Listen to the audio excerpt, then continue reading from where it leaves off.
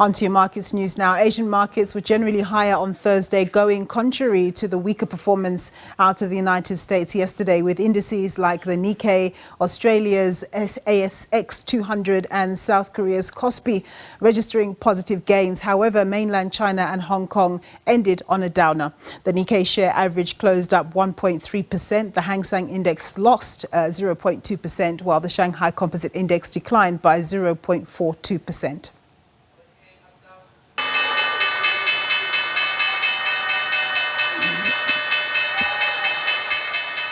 US markets ended the session on a subdued note. This followed the release of inflation data showing that the consumer price index rose by 3% in January on an annual basis. The gauge also moved quite sharply from December to January, up 0.5%, marking the highest monthly increase since August 2023. This latest development will likely have market players concerned around the US Fed's stance on rates going forward. The Dow Jones Industrial Average declined by 0.5%. The S&P 500 lost 0.27%, while the Nasdaq Composite Index ended flattish, up 0.03%. All right, locally, we see that the all-share index is trading in positive territory. It's up 0.1%. And on the currency front, we see that the rand is trading at 18.48 against the US dollar, 19.27 vis-a-vis the euro, and 23.11 against the British pound. On the commodity front, we see that gold is trading at $2,917 an ounce. Platinum at $1,000 on the dot per ounce. Brent crude oil trading at $74.11 a barrel. So for now, we just explore what's happening with the markets with Ricardo Smith. He's Chief Investment Officer at ABSA Investments. Thanks very much for joining us, Ricardo. So US inflation rose more than expected, up 3% in January on an annual basis and rising sharply on a monthly basis as well. This must have market players worried about the prospect of the US Fed not budging on rates for the foreseeable future. Yes, afternoon. It is certainly a negative for markets. Already at the start of the year, the US Fed had revised downward their projection for rate cuts from 100 to 50. They've held rates steady on their previous meeting. We also saw unemployment numbers prior to this actually coming in at 4%, being a positive surprise.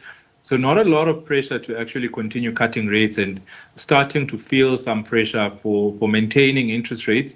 And, even dare I say, the consideration of rate hikes in the future, particularly with the prospect of tariffs coming through. Yeah. So President Donald Trump indicated yesterday that talks between the US, Russia and Ukraine would soon be happening to bring the war in Europe to an end. Some are attributing the lower oil price today to this. If this is dealt with quite quickly, what will some of the market implications be? Yeah, so that would definitely be quite positive for markets. Of course, it depends on the nature of the resolution and, whether it is acceptable to all parties. But Russia, prior to this crisis, contributed around 10% to global Brent crude production. And Europe itself was 40% dependent on Russia for energy. So this will have, a substantial impact on energy prices, and so that would ease quite a bit of pressure across the globe. Ukraine itself as well, exported quite a bit of commodities, but predominantly on the food side. So from an inflation perspective, that would be positive and containing costs for various economies.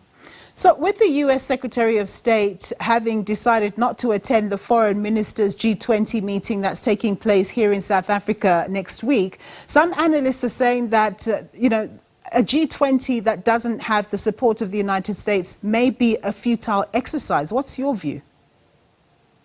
It is certainly less than ideal. They are the largest economy across the globe and one of the major trading partner economies that we have. We export around 15 odd billion in dollars to the US. And so it is important to mend the relationship, but quite importantly, it should be mended on information and not misinformation. Having said that, we don't necessarily think that it will be futile.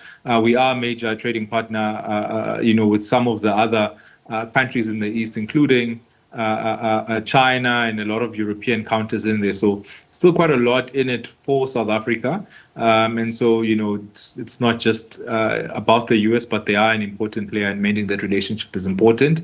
But we work with what we have. Indeed. So yesterday we got the SABC BCI, the Business Confidence Index that came out, showing that BCI has sort of stabilized. What's your view around, the approach and the attitude to our local market in terms of investment opportunities? Where do you see the opportunities on the local JSE? Yeah, so tuning out quite a bit of the noise, there is quite some positives. Firstly, from a fiscal perspective, we are expecting debt to normalize and stabilize this year before starting to reduce from a government perspective. We have seen some positives from the implementation of the two-pot system. The reduced rate cuts as well have eased consumer pressure. Energy and logistics management has been a lot more stable over the past 12 months or so. We've seen quite stable electricity supply. So companies not spending as much on diesel and the capital expenditure for alternative sources of energy. So quite a lot of positives, and seeing a lot of opportunities in the retail space where that margin pressure isn't as strong as it was. Also seeing some opportunities in the finance sector with the rate cuts, a lot of impairments, being reduced, and credit loss ratios coming down, being reversed back into the income statements. Some of the China-exposed companies, including your Naspers and Process, benefiting from some of the rallies we've seen in those stocks with the heavy investment that China has done into the AI space, given some of the results that we've seen from the space. So there is quite a bit of opportunities across the market. Resources, has been the strongest performer. Gold prices quite strong with cost curves quite low, so quite a lot of profitability there. Expecting a bit of profit from platinum and palladium producers as well as copper producers. The iron ore producers we do expect to lag a bit given the slowdown in the Chinese property sector. Well, thank you for that very quality answer. Lots of information there. That was Ricardo Smith. He's the Chief Investment Officer at Absa Investments.